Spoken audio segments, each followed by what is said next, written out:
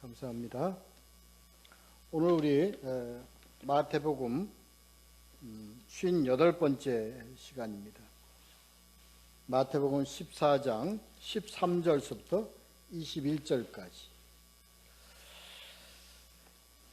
함께 나누실 말씀의 제목은 붙잡고 있는 손이라는 내용입니다.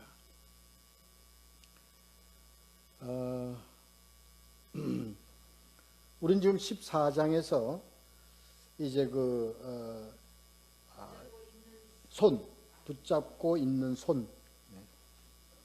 우린 지금 14장에서 세례 요한의 죽음, 그리고 제자들이 예수 그리스도의 제자에게 아뢰고, 그리고 예수 그리스도의 제자가 되고 하는 일련의 과정을 지난주에 함께 나누었습니다. 분봉왕 헤롯 안티파스라고 그러죠. 이 분봉왕 헤롯은 그 세례 요한의 죽음뿐만 아니라 예수 그리스도의 그 십자가의 그 죽음에도 관련됐던 그런 왕입니다. 갈릴리와 베레아를 지배했던 왕이죠. 여호라고도 불렀습니다. 그래요. 그리고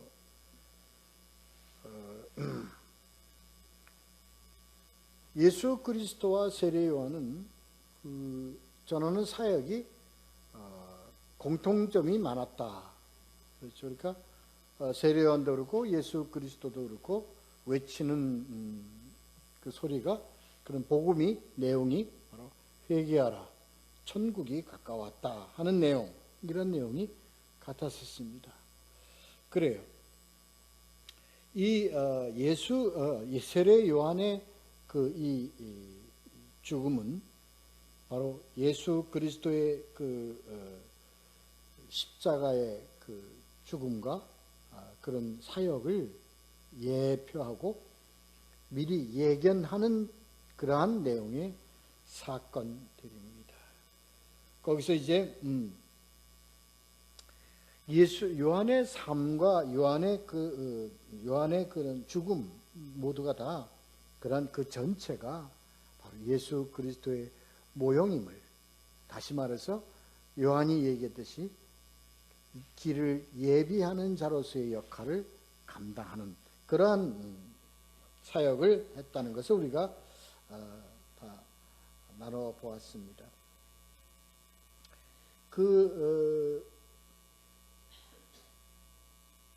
3절서부터 11절까지의 이제 세례 요한의 그 죽음에 대한 관련된 그 내용의 얘기는 사실은 삽입된 내용으로 우리가 봐야 합니다. 그렇습니다. 핵심적인 내용은 세례 요한을 죽였는데, 세례 요한이 죽었는데도 불구하고 세례 요한보다도 더 능력 있는 자가 나타난 것에 대한 그 헤롯 왕의 어떤 그런 상황, 이런 것으로 이어서 사실은 12절까지는 사실 삽입된 내용이고, 1절, 2절에서 그리고 바로 3절로 우리는 연결해서 이 내용을 함께 봐야 합니다. 헤롯과 세례 요한의 어떤 그런 사건은, 죽음의 사건은 삽입된 3절에서 12절까지 삽입된 그 내용의 사건은 사실은 사탄과 그 하나님의 사람과의 그러한 투쟁, 대적 관계에 대한 내용을 좀 요약해 놓은 겁니다. 봤어요? 헤롯과 그 헤로디아와 그 딸, 헤로디아의 딸은 서로 참 난잡한 그런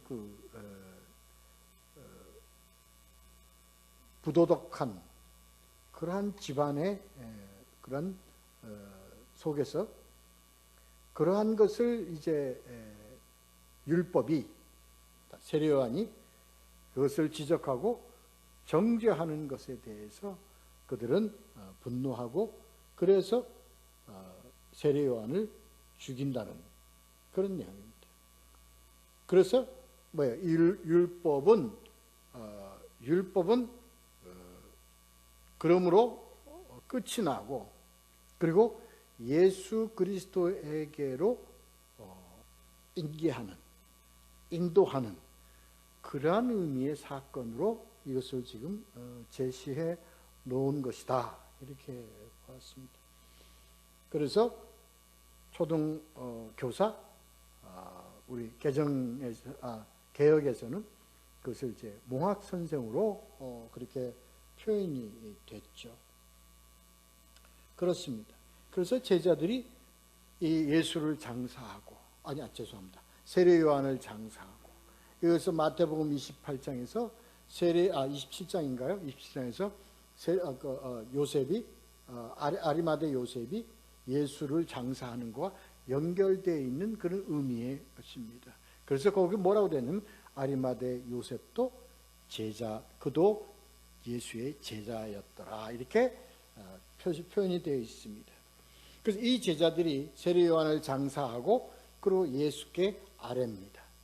예수께 아뢰다는 것은 이들이 예수의 제자로 그들이 다시 이제 사역을 했다 하는 의미로 우리는 해석을 해야 될 것 같습니다.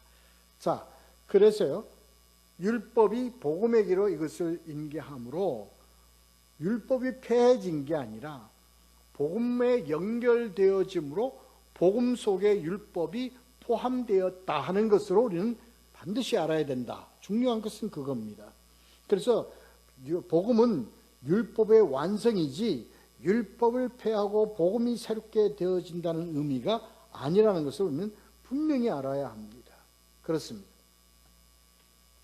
자, 이제 오늘 이제 13절부터 21절까지의 내용에서 복음서에서 가장 기이하고 가장 아주 예수 그리스도 사역의 어떤 절정입니다. 예수 그리스도의 고난과 십자가로 가는 그 순환, 그 이전에 이 갈릴리 지역에서 예수 그리스도의 사역의 아주 가장 아주 절정에 다다르는 그러한 사건이 있었는데 그것이 오늘 우리가 함께 봐야 할 오병이어의 사건입니다.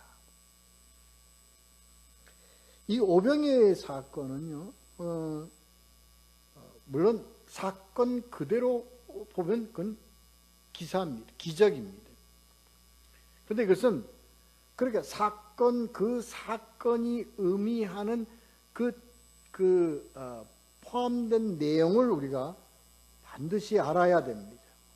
이것은 복음의 전체적인 어떤 의미를 나타내는, 전개시키는 그런 상징적 의미의 사건이라는 것을 반드시 우리가 알아야 합니다. 그래서 이 본문에 대한 것은요, 우리가 이 본문에 대한 다각도의 방면에서 이 본문을 해석을 해야 됩니다. 자, 오늘 보도록 하죠. 자, 이제 13절, 14절 자, 있습니다. 예수께서 들으시고 배를 타고 떠나사 따로 빈들에 가시니 무리가 듣고 여러 고을로부터 걸어서 따라간지라. 예수께서 나오사 큰 무리를 보시고 불쌍히 여기사 그 중에 있는 병자를 고쳐 주시니라. 아멘. 이게요, 오병이어의 기적의 사건을 앞에 놓고 예수님이 하시는 그 사역의 어떤 그런 내용, 그 성격을 나타내는 그런 내용의 말씀들입니다. 13절에서 아까 봤듯이 3절서부터 12절까지는 중간에 삽입된 내용으로 봐야 합니다. 그러니까 1절, 2절에서 그 다음에 3절로 죄송합니다. 13절로 연결되는 것으로 우리가 지금 이걸 해석을 해 나가야 됩니다. 그래서 예수께서 들으시고라는 그 들으시고의 소음, 그 들으시고 무슨 내용을 들으신 거냐 하면 바로 뭐예요? 헤롯이 세례요한이 죽고 난 다음에 세례요한이 살아서 다시 살아난 게 예수다라고 하는 것으로 헤롯이 듣고 있고 이렇다는 내용을 얘기를 들었다는 겁니다. 그런 얘기를 들은 예수는 뭡니까? 그렇죠? 그렇습니다. 그래서 어떻게 됐겠습니까? 헤롯은 예수를 그러니까 요한보다도 더 두렵게 생각을 하는 겁니다. 그 더 견제를 하겠죠. 그래서 헤롯의 그 여우라고 한 것은 왜냐? 그러므로 예수를 초청을 해서 예수를 만나려고 그런 호시탐탐 그렇게 기회를 찾았어요. 그래서 아마 청을 했는지도 모르죠. 예수께서 이 모든 것을 들으시고 그것을 피하사 이런 의미입니다. 그래서 어떤 헤롯과의 만남을 피해버린다는 얘기입니다. 예수가 이 헤롯을 만남을 피하는 그런 의미는 뭐기 때문에? 그가 여우기 때문에 그렇습니다. 그래서 그를 피하는 것은 피하는 이유는 뭐예요?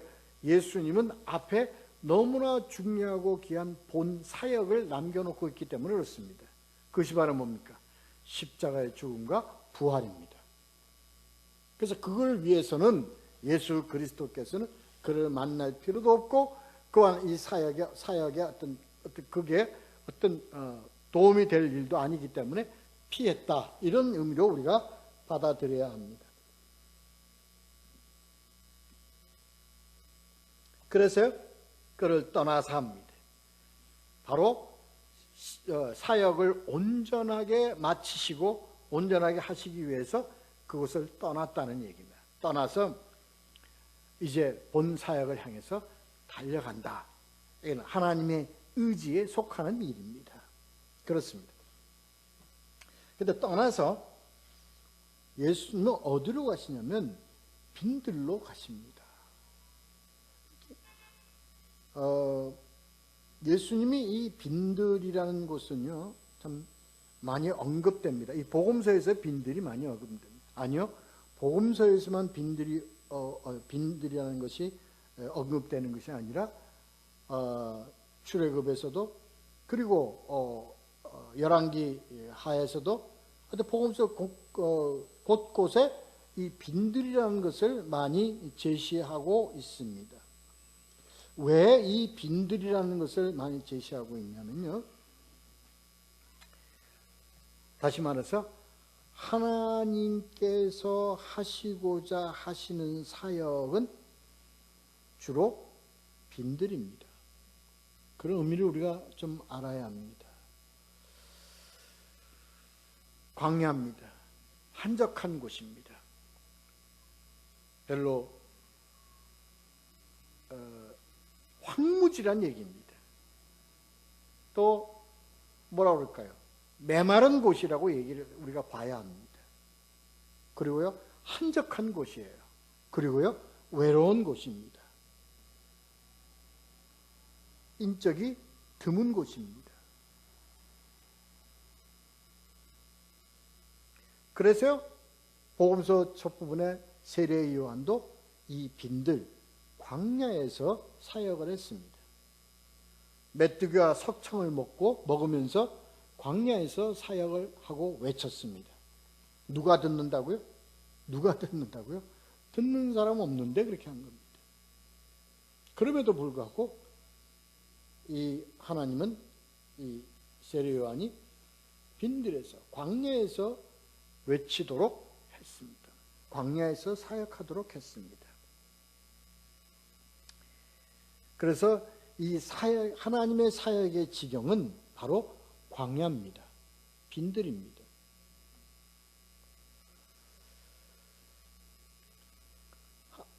이스라엘 백성들이요, 이 출애굽에서 광야에서 방황을 하면서 광야에서 생활을 하도록 하신 것은 바로 하나님이 그곳에서 사역을 하시기 위해서 광야에 머무르게 했던 겁니다.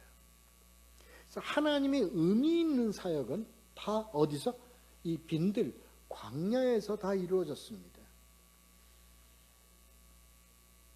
하나님은 이 빈들에서 이스라엘 사람들에게 만나와 맷두라기로 공급하고 살도록 그렇게 하나님이 일하셨습니다.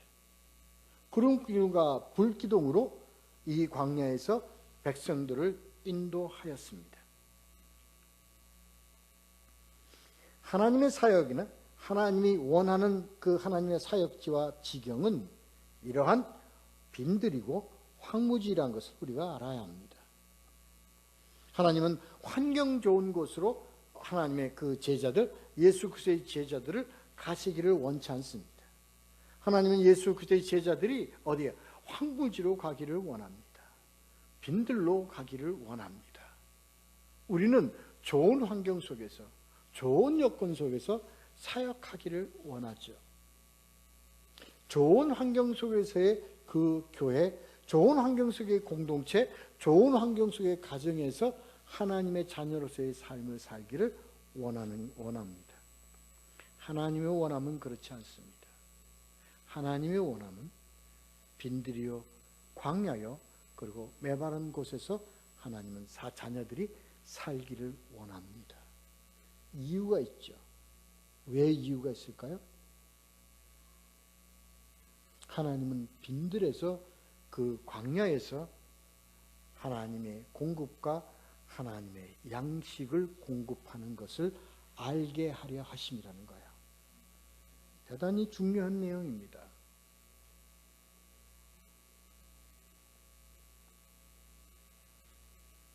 그래서요, 하나님이 우리를 보내시는 곳은 헐벗고 굶주린 곳으로 보내지는 것이지,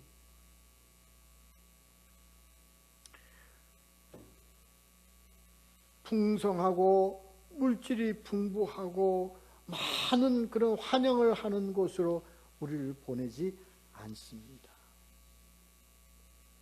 천대받고 멸시받고 무시당할 수밖에 없는 곳으로 우리를 보내신다는 것 아셔야 해요. 그래서 우리의 신앙의 출발은, 우리가 하는 일의 출발은 이러한 빈들입니다. 그렇습니다. 우리가 그러한 곳에 처해질 때는 하나님께서 우리를 쓰시기 시작한다고 생각하는 것이 옳다고 봅니다. 그래요. 공동체의 참 개념은요, 이겁니다. 광야에서, 빈들에서 복음을 선포하고 그리고 외치도록 하나님은 인도하십니다. 그래요. 근데 무리가 듣고 여러 고을로부터 걸어서 따라간지라. 이게요, 하나님의 사역과 하나님의 백성들의 공동체가 갖는 성격이 되어야 하는 겁니다. 공동체는요, 편리함을 제공하는 것이 아닙니다. 공동체는요, 어떠한 것을 편하게 믿을 수 있는 방법과 그러한 것을 제시하는 것이 아닙니다. 어떻게 가야 돼요? 걸어서 따라오게 하는 것이 공동체의 역할입니다. 그렇습니다. 왜요? 그러한 자들이 하나님의 자녀로서 하나님의 백성으로 살 수 있다는 것은 뭡니까? 그들이 너무나 주시는 것, 그리고 하나님께서 삼고자 하시는 것, 하나님께서 시키시는 그 사역이 너무나 귀하고 소중하다는 것을 알고 고백하는 삶의 태도를 하나님 원하시기 때문에 그렇습니다.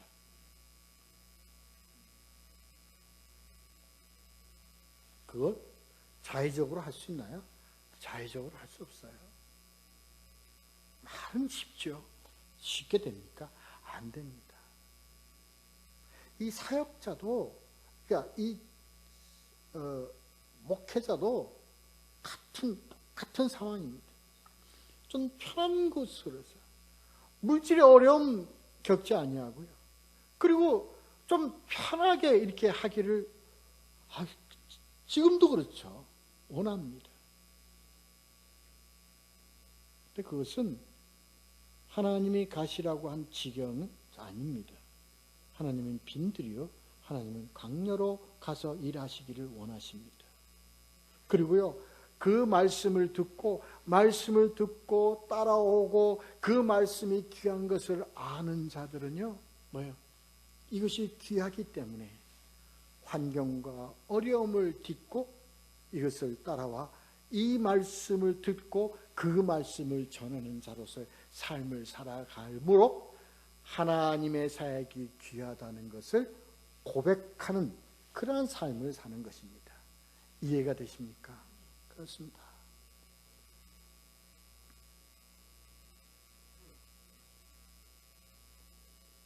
우리는요, 세상 환경에서 하나님이 가라고 하는 빈들로 가야 합니다. 우리는 척박한 곳으로 가야 합니다. 왜냐? 그건 하나님의 뜻이기 때문에 그렇습니다. 그래서 그들에게서 하나님의 사랑과 하나님의 그 긍휼하심과 하나님의 은혜를 그곳에 전해야 합니다.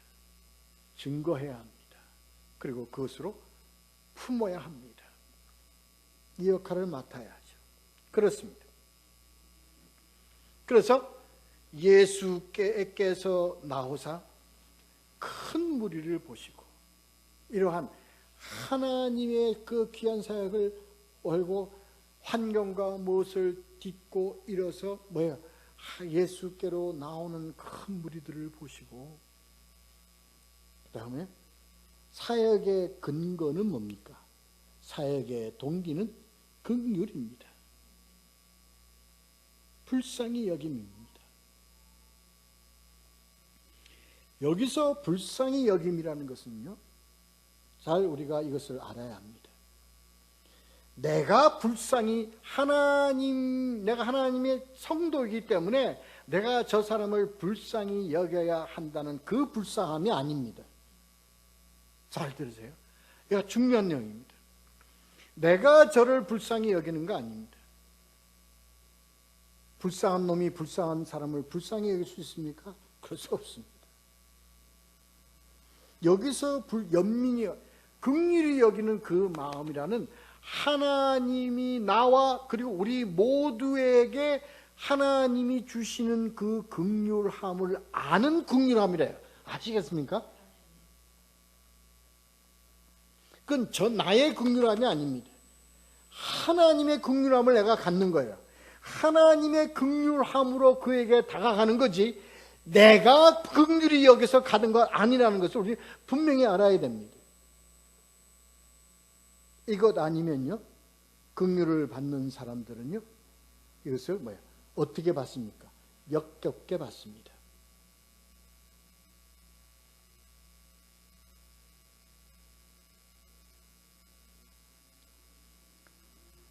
나도 마찬가지입니다. 나도 하나님으로부터 받는 그 긍휼함에 힘입어 내가 이렇게 살아가는데 그 하나님께서 나에게 베풀어 주신 그 긍휼함으로 내가 이웃에 다가가야 한다는 아주 기본적인 이 속성을 반드시 우리는 알아야 합니다.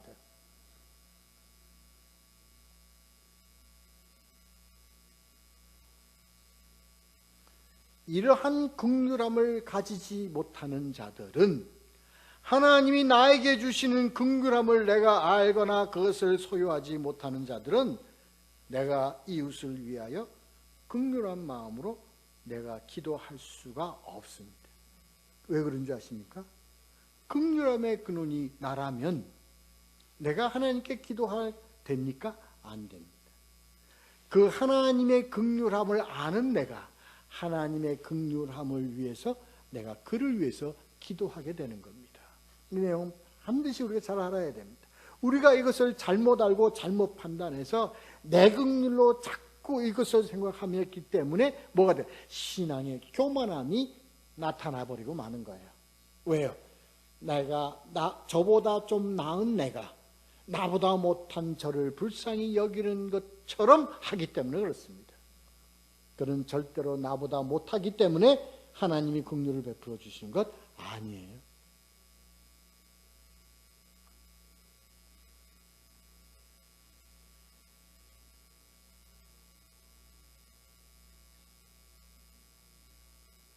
이것은 우리가 갖는 사역의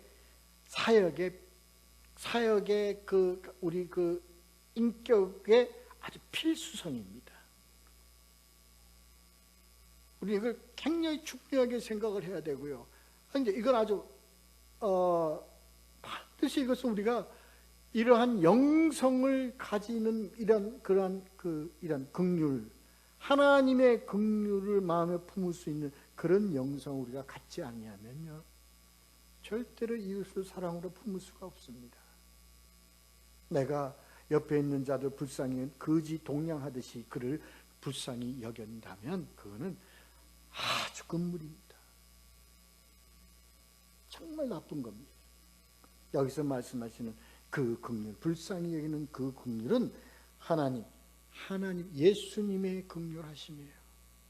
예수님이 우리를 긍휼히 여겨서 어떻게 그가 그러한 긍휼하심을 갖고 있기 때문에 그는 뭐예요? 십자가의 죽으심의 결단까지 하실 수 있는 겁니다. 그래서 긍휼함이라는 게 중요한 거예요.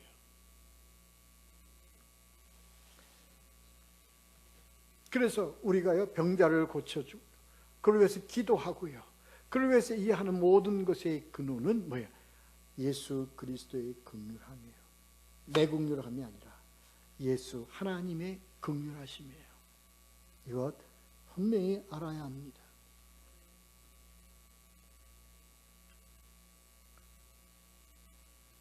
(15절) (16절) (17절) 읽겠습니다. 시작. 저녁이 되매 제자들이 나와 이르되 이곳은 빈들이요 때도 이미 저물었으니 무리를 보내어 마을에 들어가 먹을 것을 사 먹게 하소서.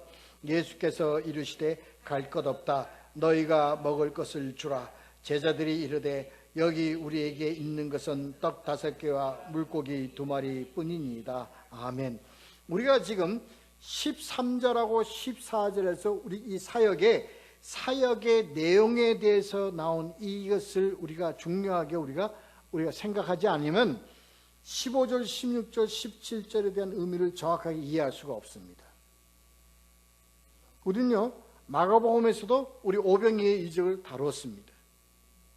그 오병이어의 이적을 다룰 때마다 각 특성이 있습니다. 그런데 마태복음에서의 이 오병이어의 그 이적에 대한 것은요, 사역적 측면에서 본 오병이어의 이적입니다.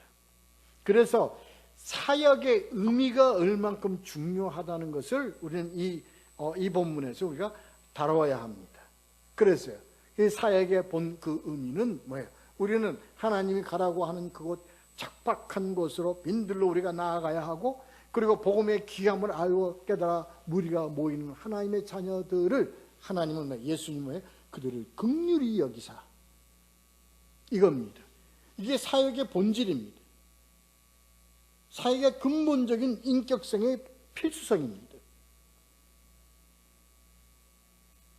그러한 사역의 인격의 필수성이 뭐예요?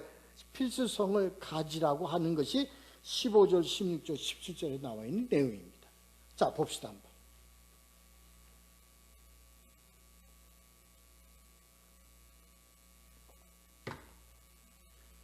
저녁이 되면 제자들이 나와 이르대요. 이제 그 복음을 전파하고 예수 그리스도의 사역을 하는 그곳은 어디예요? 어디입니까? 빈들입니다.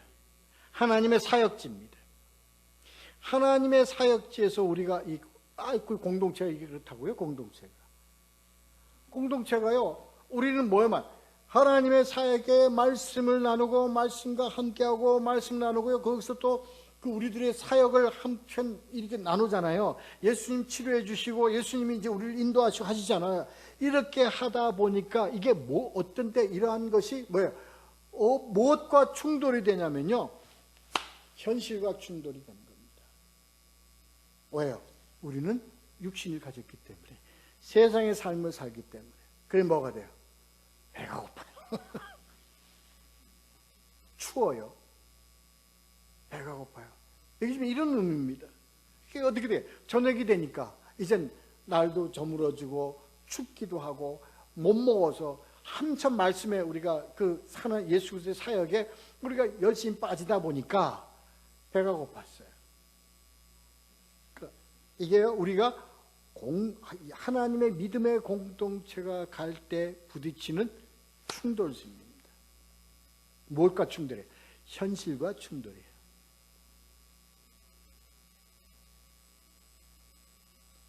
근데 그래서요, 빈들이여 때도 이미 저물었으니, 이게 뭐예요? 현실과의 충돌이에요. 근데 이 제자들은 어떻게 해요? 무리를 보내어 마을에 들어가 먹을 것을 사 먹게 하소서, 이렇게 저들은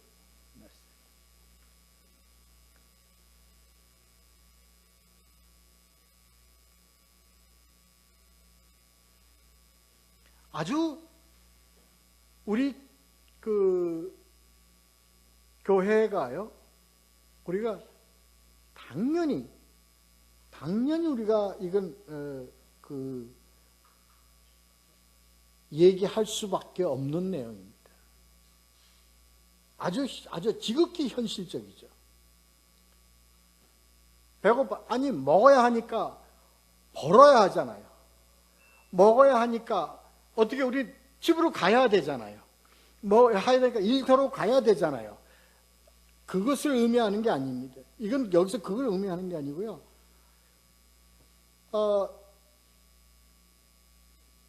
그래서 여기는 하나님 백성들이 모여서 우리가 하나님 말씀하는 곳이지 먹는 곳이 아니니까, 먹는 건 집으로 가서 먹으세요, 이 얘기는 똑같은 거예요. 이게 어떤 의미의 얘기냐면요, 그래서 소제목을 붙인다면 responsibility예요. 책임입니다. 공동체는요, 우리 성도들과 우리 이웃들의 영적인 것도 책임을 지지만 뭐에 대한 것도 우리는 레스폰시빌리티를 가져야 돼요. 세상적인 삶, 육체적인 그런 것도, 거기에 대한 것도 책임을 가져야 한다는 겁니다. 먹여줘라 하는 얘기가 아닙니다. 입혀줘라 하는 얘기가 아닙니다. 하나님께서 일용할 양식과 먹고 입고 자는 그 모든 것을 하나님이 공급해 주신다는 그러한 책임과 그러한 복음적 내용을 그들이 반드시 알도록 해주라는 겁니다. 이걸 그래서요, 세상 따로 뭐 따로 이런 식, 그 편리한 대로. 그러면서도 이런 공동체는 뭐예요? 성도들에게 뭘 원해요? 세상의 부와 세상의 모든 것을 갖다 가져오기를 원하잖아요. 무슨 말씀 아시겠습니까? 이건 너무나 무책임한 것이요, 이것은 아니에요. 그들이 그것을 할 수 있도록 뭐예요? 그들이 책임지고 세상의 삶에서 일용할 양식으로 인해가여 고통받지 아니하도록 그들을 무장시키고 그들을 예비시키고 그들에게 하나님의 능력과 하나님의 인도하심을 정확히 알게 해서 그들에게 하나님의 지혜와 하나님의 능력을, 일용할 양식을 저들이 다 해결할 수 있는 능력과 모든 것을 구비할 수 있도록 뭐로? 복음으로 그들을 구비시켜 줘야 돼요.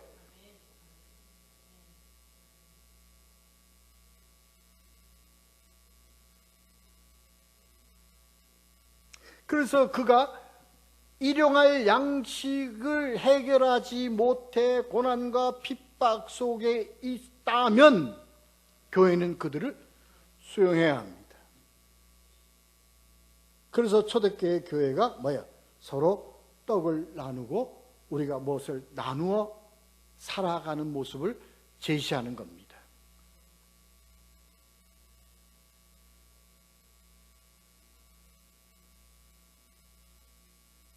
그렇습니다. 그러니까 그러한 사역적 책임을 지금 나타내는 그러한 내용입니다. 그래서요, 이들은 뭐야? 자기네들이 그들이 어떤 그런 빈들에서 그들이 어디 가서 먹어요? 어디 가서 할까? 아무것도 없는데.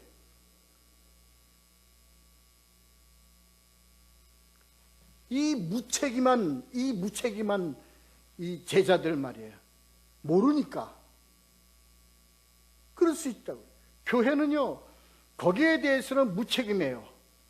그러한 삶의 어떤 그러한 거기에 대해서는요, 무책임하다고요. 그것을 그렇게 무책임하게 해서는 안 됩니다. 왜? 그건 너의 세상적인 삶이니까 우리가 그것을 어떻게 책임지냐. 그건 네가 알아서 해야 되지.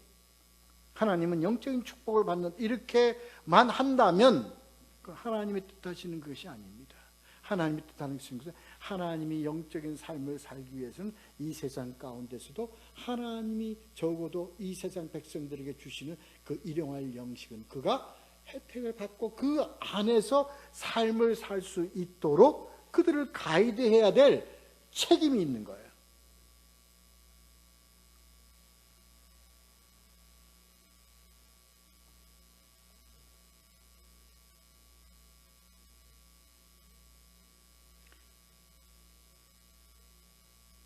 그것이 책임이기 때문에 교회가 그렇게 궁핍에 처한 자가 있다면 그를 뿌리쳐서는 안 됩니다. 교회 사명이죠.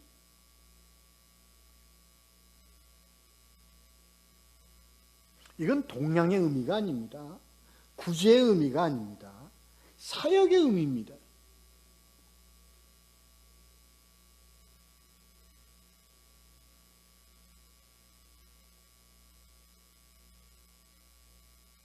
글쎄요, 저들이 가서 먹을 것을 사 먹게 하소서 했어요. 예? 이 빈들에서. 물론 어디 가면 있겠지만, 그러나 그것은 뭐예요? 하나님의 사역을 한참 하고 있는 동안에 이 사역을 저물었다고 머물러서 그들을 보내서 다 뿔뿔이 헤어져 버리게 한다면, 그건 사역의 뭐예요? 그건 불이익적 역할을 할 수밖에 없는 지경에 처하는 거죠. 그건 하나님의 뜻이 아니고 하나님의 원하심이 아닙니다. 그래서 예수님이 뭐라고 그러세요? 네. 너희가 먹을 것을 주라. 그러니까 이게 뭡니까? 그건 너희가 책임을 져야 될 일이다 이 얘기입니다. 너희가 책임을. 어떻게? 빈들에서 광야에서 이스라엘 백성들이 먹어서 굶어 죽어 먹을 것이 없으니까 누가 책임을 져줬어요? 하나님이 책임을 져줬어요. 뭐로? 만나로 지금 책임을 져줬어요. 매출하기로 책임을 져줬어요. 고기로 책임을 져줬어요. 이 모든 것은 하나님이 책임을 지어주신 거예요. 그러니 너희는 누구의 사람이야? 하나님의 사람이야. 예수 그리스도의 제자야. 하나님의 사람이니까 하나님이 그렇게 책임을 졌듯이 이것도 뭐야? 너희들이 책임을 져야 돼. 이 의미를 참 잘 알아야 됩니다. 참 잘 알아야 됩니다. 하나님이 무턱대고 너희들이 먹을 걸 주라고 그랬어요? 아니에요. 예수님이 무턱대고 너희가 먹을 걸 줘라. 네 땅을 팔든 네 집을 팔든 니들이 먹을 걸 주라고 얘기하시는 거예요, 하나님이? 아니에요. 왜? 이 얘기는 그 뒤에 누가 있기 때문에? 하나님이 있으시기 때문에 그러는 거예요. 이 얘기가요, 얼마나 이 귀하고 소중하고 우리에게 하나님께서 뭘 주세요? 파워를 주신 말씀인지 몰라요. 너희가 먹을 것을 주라고 하는 얘기는요, 너가 먹을 것을 줄 수 있다는 얘기예요.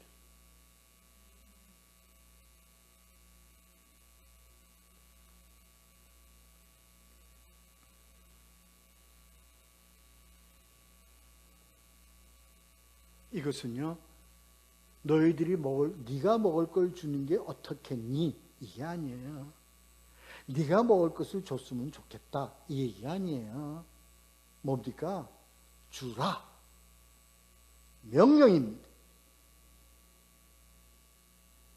오늘날 우리들의 공동체 교회요, 너희가 주라. 이게 너희가 주라.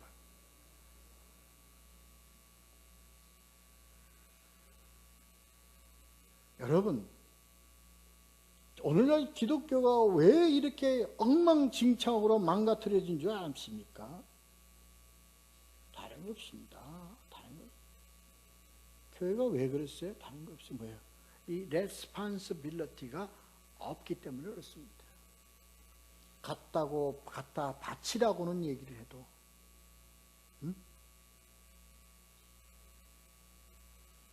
그들이 헐벗고 굶주린 그들을 뭐예요? 케어, 보살피고 그들을 레스판시빌, 책임성을 가지고 그들을 돌보지 못하기 때문에 뭐로서? 하나님의 공동체, 하나님의 사람으로서의 뭐를 잃어버렸어요? 신뢰성을 다 잃어버렸어요. 그겁니다.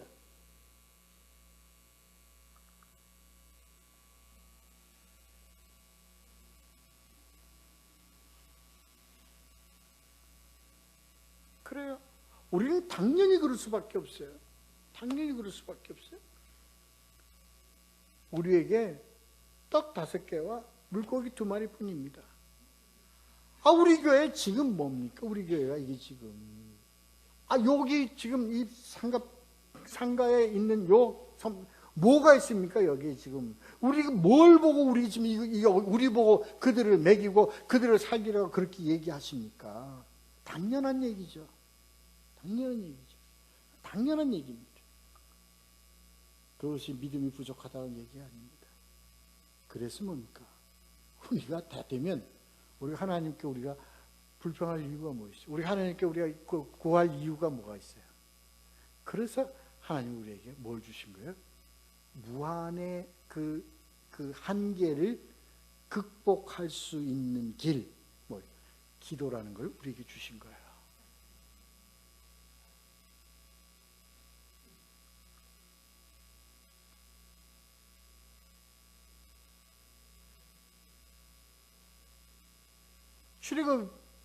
출애굽에서요,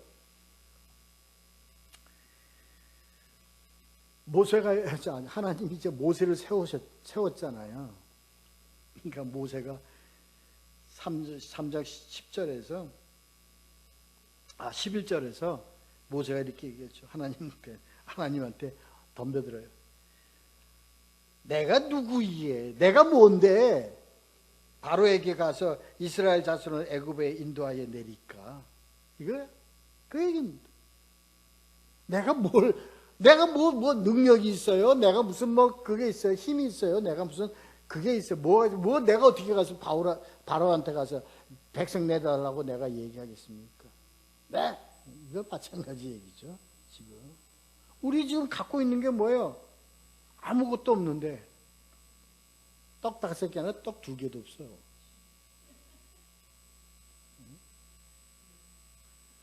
떡 2개도 없어. 뭘 어떻게?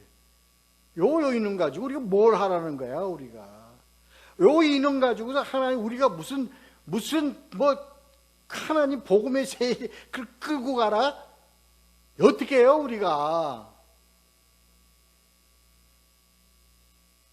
당연합니다. 그걸 우리가 어떻게 하나님께 불평을 들었습니까? 기도로. 떼거리를 쓰든 뭘 하든 하나님한테 덤비든 뭘 하든 손가락질하고 막 소리를 치고 외치든 간에 어떻게 하라? 하나님께 아뢰라는 거예요.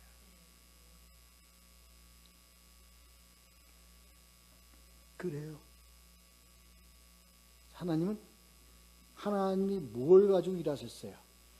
요것밖에 없다는 떡 5덩어리와 물고기 2마리 가지고 일하셨어요. 누가? 하나님. 그게 그 다음에 나오잖아요. 자, 읽어요. 그 다음에 18절, 19절, 20절, 21절. 자, 읽겠습니다. 시작. 이르시되 그것을 내게 가져오라 하시고 무리를 명하여 잔디 위에 앉히시고 떡 5개와 물고기 2마리를 가지사 하늘을 우러러 축사하시고 떡을 떼어 제자들에게 주시매 제자들이 무리에게 주니 다 배불리 먹고 남은 조각을 12바구니에 차게 거두었으며 먹은 사람은 여자와 어린이 외에 5,000명이나 되었더라. 아멘. 여기서 우리가 참 잘 알아야 됩니다. 여기 지금 18절부터 21절까지의 내용은 성찬식 예식입니다. 성찬식입니다. 보자고요. 자, 뭘 가져와? 가져와라 그거. 뭐 가지고 있다고? 떡 5개, 떡 5개, 생선 2마리입니다. 떡 5개가 문제가 아니고 생선 2마리가 문제가 아니에요. 떡이 1마리면 어떻고 생선이 꼬랑지만 있으면 어때? 그 있는 것 가져오라는 겁니다. 하나님이 지금 우리에게 원하시는 건 이걸 원하시는 거예요. 너희가 가지고 있는 것이 무엇이냐? 네? 아시겠어요?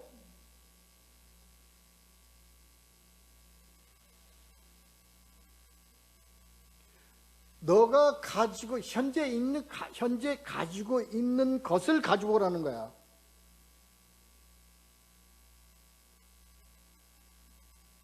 갖다 가져왔어요. 처음에 하신 일이 뭡니까? 앉히시고요.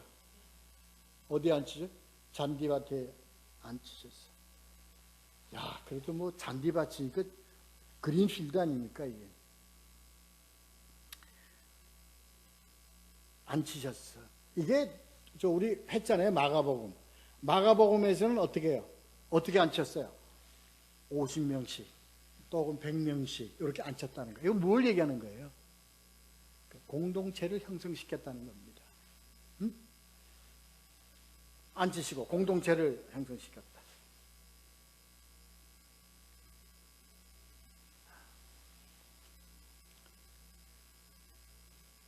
첫 번째 하시는 게 뭐예요?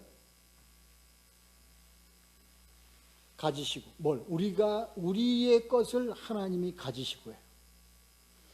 우리가 가지고, 이것은요, 보리떡 5개와 보리떡 5개와 생선 2마리의 그 개념을 두시면 안 됩니다. 뭐의 개념을 두세요? 우리가 갖고 있는 걸 누가 가지셨어? 우리가 뭐가 맞아? 예수님이 가지셨다는 거예요. 예수님이 가지셨다는 건 예수님이 뭐야? 손으로 붙잡고 계셨다는 얘기입니다. 핵심적인 사역의 내용은 바로 이거예요, 이거.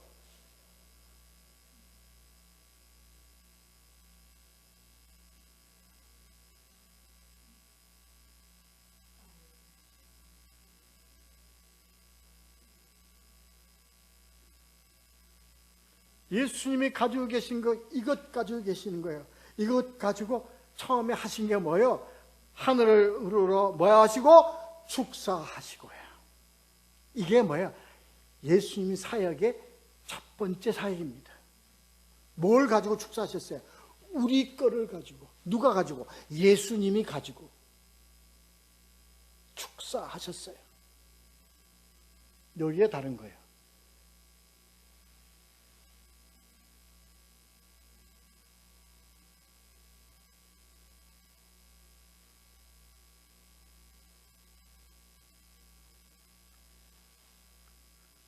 마태복음 뒤에 우리 할 거지만 15장 36절에서도 똑같이 하늘을 우러러 축사하시고,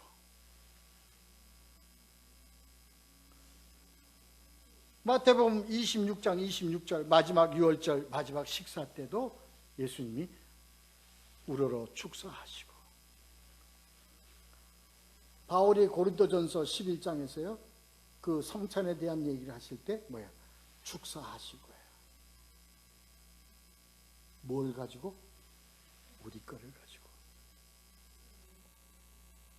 우리의 연약하고 우리의 작고 너무나 보이지 않는 너무나 미약한 그것을 누가 갖고 계셔? 예수님이 가지시고 뭐 하시고? 축사하시고. 그 다음 두 번째 성찬의 그 예식이 뭡니까? 떡을 떼 가라사대요. 떡을 떼서. 그 다음에 누구에게 줬어요? 예수님이 제자들에게 주심에 제자들이 나누어 줬어요. 이게 뭐예요? 바로 교회 성찬식 아닙니까? 교회 성찬식이라는 게 뭡니까? 교회 사역을 얘기하는 거예요. 그래서 우리 교회는, 목회자는 뭐예요? 그냥 대리바리맨이에요, 대리바리맨. 무슨 축복을 만들어내는 자가 아니라 뭐예요? 하나님이, 예수님이 축사하신 걸 그냥 우리 성도들에게 델리바리, 그냥 운반하는 역할을 하는 거라고. 그냥 아십니까? 그런데 예수님은 누가 먹인다고 그래? 내가 먹이는 게 아니라 너희가 먹여라.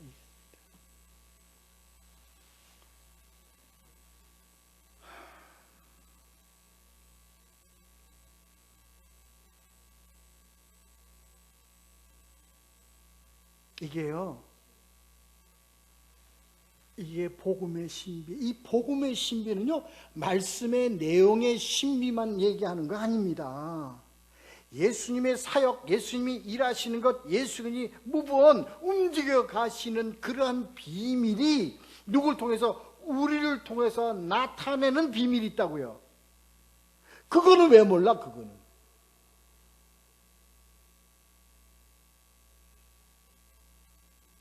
그러니까 이러한 것을 할 생각은 아니고 시키지 않은 엉뚱한 짓거리만 해.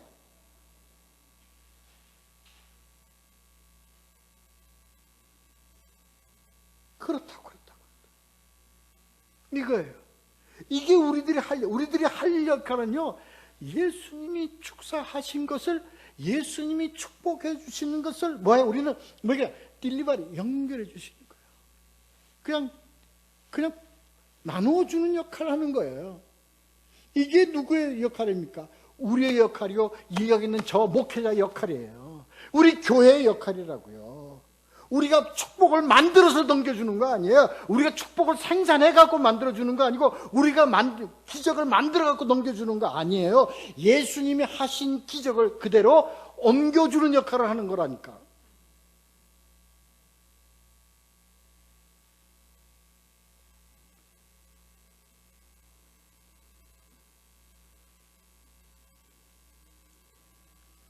우리 교회 사역은 그것입니다.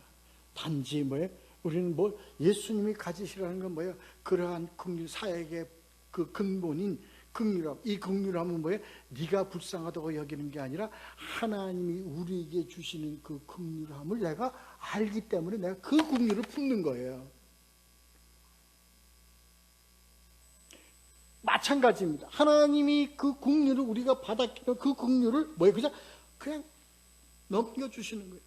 그냥 인계해 주는 그 역할밖에 안 되는 거예요. 내가 마치 긍휼을 베푸는 것처럼 행세 떨지 말라 이 얘기입니다. 20절에요. 이러한 은혜의 사역은 반드시 나타나는 결과가 있는데, 그게 뭐냐? 다 배불리 먹고 남아.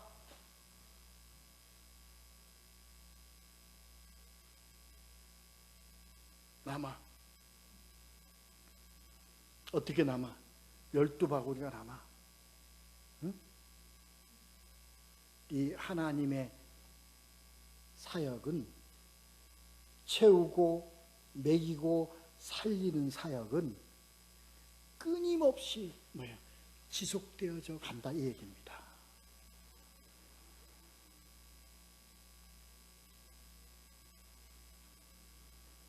우리가 너무나 작아요. 너무나 작은 이 공동체예요. 너무나 작은 우리 그 신학원이에요.